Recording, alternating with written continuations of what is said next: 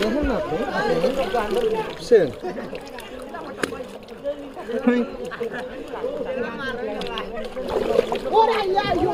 কিরকম মাটি একটা এটা লাল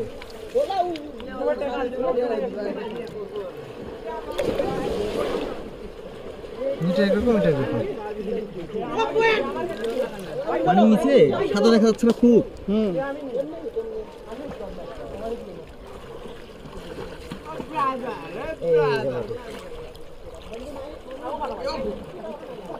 মাটিটা আবার সাধারণ মাটির মতো না হাত দেন দেখেন কি করেন সাধারণ মাটির মতো না